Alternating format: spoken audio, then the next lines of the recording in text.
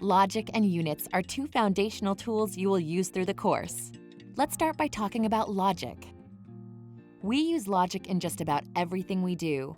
Logic helps us evaluate the things people say. It can also help us sort and categorize things we observe.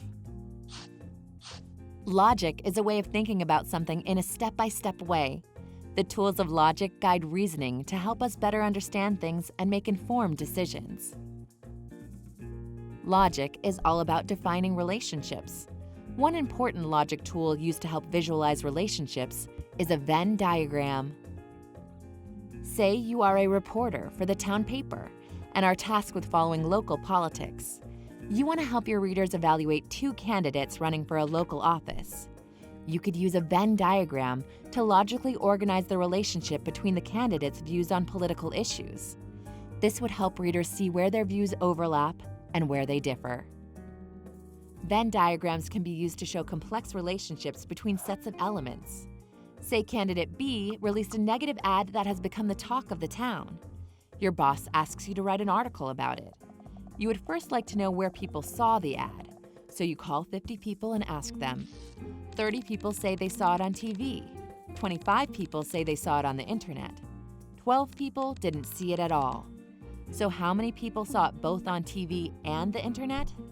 A Venn diagram can be used to help solve this problem. You'll learn how to draw Venn diagrams in this module and use them to logically solve problems by better understanding relationships. Logic is also used to evaluate arguments. An argument is something someone says to try to convince you to accept a particular conclusion. Arguments come in a couple of different flavors: inductive and deductive. Inductive arguments are so common that it is important to recognize when somebody is making one, especially since, in most cases, they should be taken with a grain of salt. Inductive arguments use general pattern recognition as the basis for backing up a conclusion. They can be strong or weak based on how much evidence the stated pattern is based on. For example, say candidate A will not support using any public funding for vaccines because a mother came up to him at a rally and said her son got really sick after getting a vaccination. Is this a strong or weak inductive argument? In this case, the pattern is based solely on anecdotal evidence that one person got sick after a vaccine.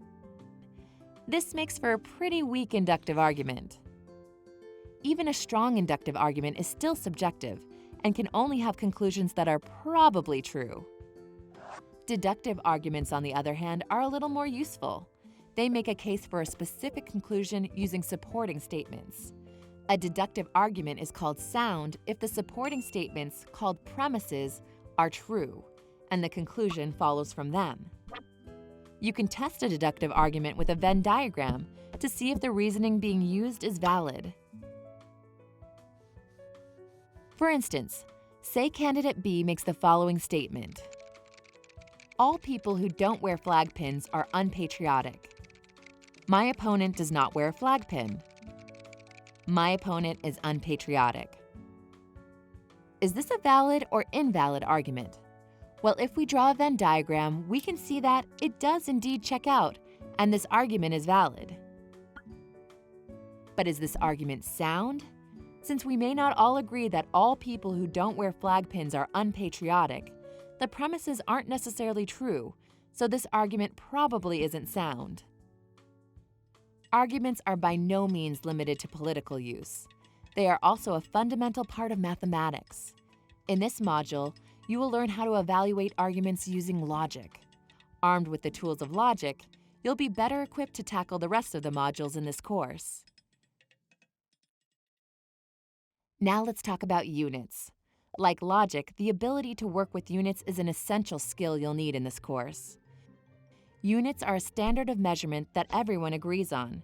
They allow people to communicate about how something was calculated, designed, or studied. A big benefit of everyone using the same measurement standards is that results are reproducible. For example, using units of measure, you can reproduce the same cake that Julia Child made in 1961, and so can thousands of other people. Historically, many units were based on parts of the body. For instance, we still use foot as a unit of measure, at least in the United States. In most other countries, the metric system is used. This system of measure is based on 7 core units and the number 10.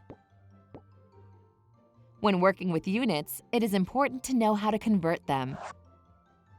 For instance, say candidate B promises that if elected, she will raise the minimum wage in the state from $7.50 an hour to $8.50 an hour.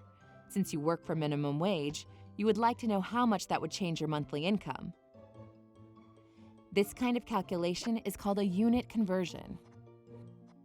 Hours and months are both units used to measure time, and you want to convert dollars per hour to dollars per month. In this module, you will learn how to calculate a unit conversion. This first module is designed to provide a set of foundational tools you'll use for the rest of the course. Logic and units are key components of mathematical understanding and problem solving.